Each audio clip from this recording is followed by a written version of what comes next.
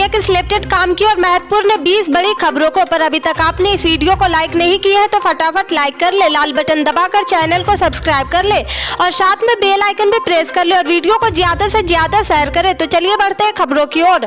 रामनवमी पर भड़की हिंसा की चिंता अब ईद के मौके पर भी दिखाई दे रही। मध्य प्रदेश के खरगोन से लेकर उत्तर प्रदेश की राजधानी लखनऊ और मेरठ तक सुरक्षा के कड़े इंतजाम किए गए हैं। ईद के मौके पर राज्य सरकारों और जिला प्रशासन ने ऐतिहासिक कदम उठाए हैं। उत्तर प्रदेश, झारखंड, जम्मू कश्मीर और मध्य प्रदेश में कई जगहों पर प्रतिबंध लगाए गए हैं और लोगों से भी शांति बनाए रखने की अपील की गई है। इस बीच उत्तर प्रदेश सरकार ने धार्मिक स्थलों से 54,000 लाउड स्पीकर उतरवाए गए हैं। बता दें कि 2 साल के बाद इस बार इतनी बड़ी पाबंदी के बीच ईद का त्योहार मनाया जाएगा। बीते 2 साल से कोरोना के चलते लोगों ने सादगी के साथ त्योहार मनाया था। उत्तर प्रदेश में लाउड स्पीकर को लेकर बड़ा अभियान चलाया गया है। यहाँ धार्मिक स्थल से लगभग 54,000 लाउड स्पीकर उतरवाए गए हैं। जिला प्रशासन ने लगभग 60,000 लाउड स्पीकर की आवाज कम करवाई है। रविवार यूपी पुलिस इस कार्रवाई की पूरी रिपोर्ट उत्तर प्रदेश सरकार को सौंपेगी। यूपी के लखीमपुर कांड में जान गंवाने वाले किसानों को न्याय दिलाने के लिए भारतीय किसान यूनियन का एक प्रतिनिधिमंडल खीरी पहुंचेगा। 4 मई को 3 और राज्य के किसान को लेकर किसान का काफिला पंजाब से रवाना होगा, जो 5 मई को लखीमपुर पहुंचेगा और मारे गए किसानों के परिवार से मुलाकात करेगा।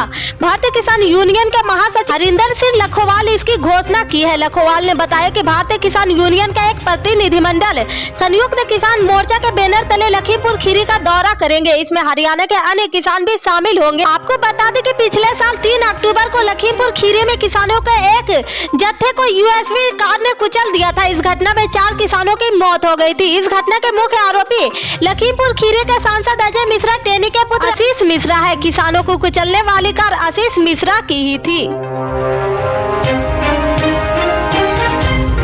राष्ट्रीय जनता दल के नेता तेजस्वी यादव ने देश में चल रहे लाउड स्पीकर विवाद पर बयान दिया है। उन्होंने पूछा कि क्या जब लाउड स्पीकर नहीं था तो भगवान और खुदा नहीं थे। उन्होंने ट्वीट करते हुए लिखा, लाउड स्पीकर का मुद्दा बनाने वाले से पूछता हूं कि लाउड स्पीकर की खोज साल 1925 में हुई तथा भारत के मंदिरों मस्जिदों में इसका इस्तेमाल 70 के दशक के आसपास शुरू हुआ था। जब लाउड स्पीकर नहीं था तो भगवान और खुदा नहीं थे क्या? बिना लाउड स्पीकर प्रार्थना, जागृति, भजन, भक्ति व साधना नहीं होती थी क्या? वही एक ट्वीट में उन्होंने सरकार पर निशाना साधते हुए कहा कि लाउड स्पीकर और बुलडोजर पर चर्चा हो रही, लेकिन महंगाई, बेरोजगारी पर कोई बातचीत नहीं हो रही।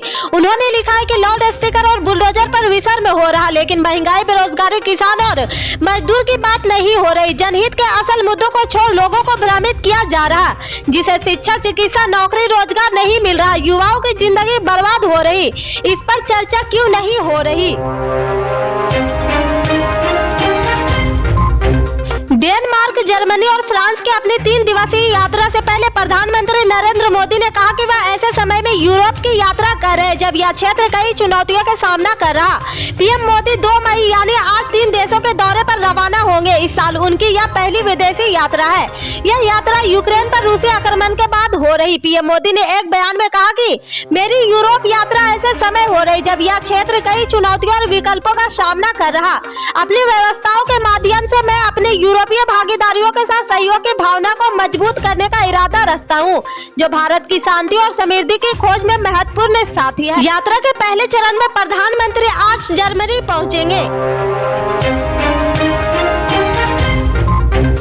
मुख्यमंत्री नीतीश कुमार और भारतीय जनता पार्टी के संबंधों को लेकर बिहार की सियासत में खूब चर्चा होती है। इफ्तार पार्टी के बाद आरजेडी के साथ उनकी नजदीकियों को लेकर जमकर कयास लगाए गए हैं। शनिवार को दिल्ली में मुख्यमंत्री और उच्च न्यायालयों के मुख्य न्यायाधीश के एक संयुक्त सम्मेलन में उनके शामिल नहीं होने से इसे और भी बल मिल गया है। नीतीश कुमार के इस फैसले ने सहयोगी भाजपा के साथ उनके संबंधों में तनाव की चर्चा को और बल दे दिया है। आपको बता दें कि इस बैठक में विपक्षी दलों से बंगाल के मुख्यमंत्री ममता बनर्जी, दिल्ली के सीएम अरविंद केजरीवाल, छत्तीसगढ़ के भूपेश बघेल जैसे मुख्यमंत्री भी शामिल हुए थे।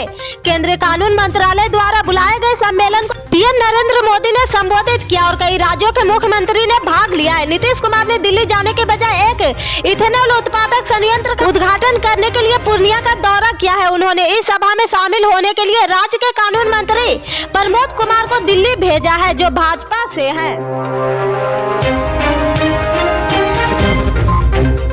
महाराष्ट्र में में शिवसेना और महाराष्ट्र नवनिर्माण सेना के बीच वाकई युद्ध जारी है। सीएम ठाकरे ने कहा कि कुछ लोग बार बार अपना झंडा बदलते रहते हैं।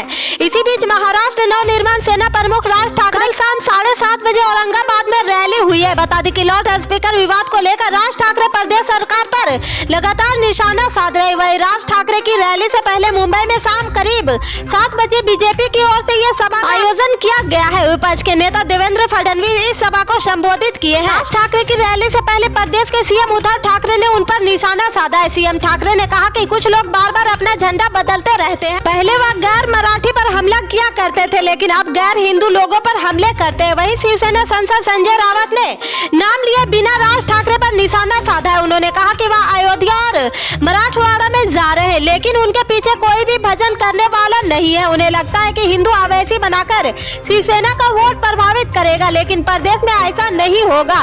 इससे आगे के अपडेट्स को जानने के लिए जुड़े रहे हमारे राइट न्यूज के साथ। मिलते हैं फिर बड़ी खबर में, तब तक के लिए जय हिंद।